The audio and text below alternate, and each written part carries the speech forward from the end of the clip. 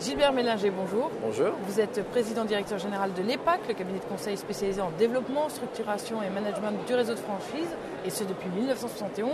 Vous êtes également membre du collège des experts de la Fédération française de la franchise. Alors, selon vous, quels sont les avantages et les inconvénients de la franchise ? Le premier avantage énorme, c'est la franchise et la duplication d'un succès avéré.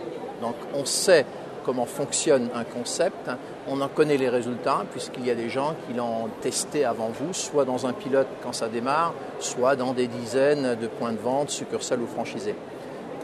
L'inconvénient, c'est uniquement si on n'aime pas travailler en groupe.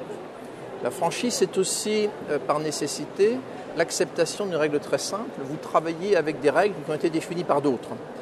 Si ce principe-là ne convient pas, à ce moment-là, il ne faut pas entrer en franchise. Comment développer sa marque en franchise ? Pas à pas. Premier pas qui s'appelle la création d'un pilote. Donc, on a une idée et on démontre qu'elle fonctionne. Donc on fait le pilote. Ce pilote qui doit idéalement avoir au moins 1 ou 2 ans de pratique, donc 2 camps d'exploitation. Si on n'est pas très sûr de soi, ou au contraire si ça marche très bien, on en fait un deuxième. Et ensuite on va voir des gens comme nous qui vont vous aider ou vont aider le futur franchiseur à analyser son concept, à définir ses paramètres financiers, faire son contrat, son manuel opérationnel et ensuite se lancer en franchise. Première année très raisonnable, 4, 5, 6 contrats signés. Deuxième année, le tout s'accélère puisqu'on a réussi à apprendre son métier et en troisième année, on se lâche.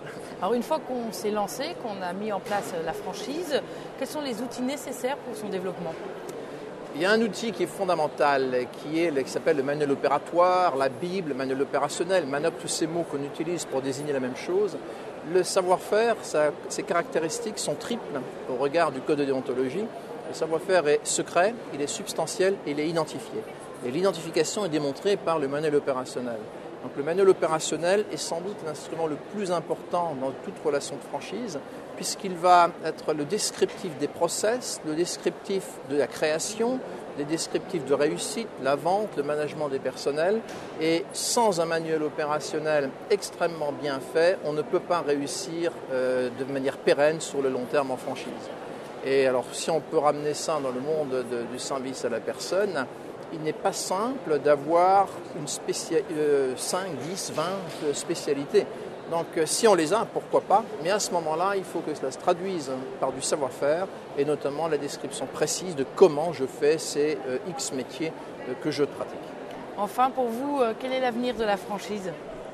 La franchise, l'avenir est au beau fixe. Nous sommes en période de crise, tout le monde le connaît. Les réseaux de franchise prospèrent. La restauration, c'est peut-être un petit peu plus dur. Les agences immobilières aussi. Le taux de natalité des réseaux de franchise n'a pas baissé. Nous signons toujours autant et avec autant de facilité des contrats de franchise pour des futurs franchisés. Donc la franchise a un vrai bel avenir devant elle. Ça dure maintenant depuis 40 ans, puisque le cabinet a cofondé la Fédération française de la franchise. Tous les réseaux mûrs sont prêts à s'internationaliser, des réseaux étrangers viennent en France. Et comme c'est la franchise, c'est aussi la culture de l'indépendance et de l'entrepreneuriat. Aujourd'hui, de plus en plus en France, les gens souhaitent entreprendre. Et entreprendre dans un cadre qui leur permet de maximiser leurs chances et de réduire leurs risques est évidemment un avantage majeur, d'où probablement une des raisons du succès formidable de la franchise maintenant et de l'année prochaine. Et après, sans doute aussi. Gilbert Mélinger, je vous remercie. Avec plaisir.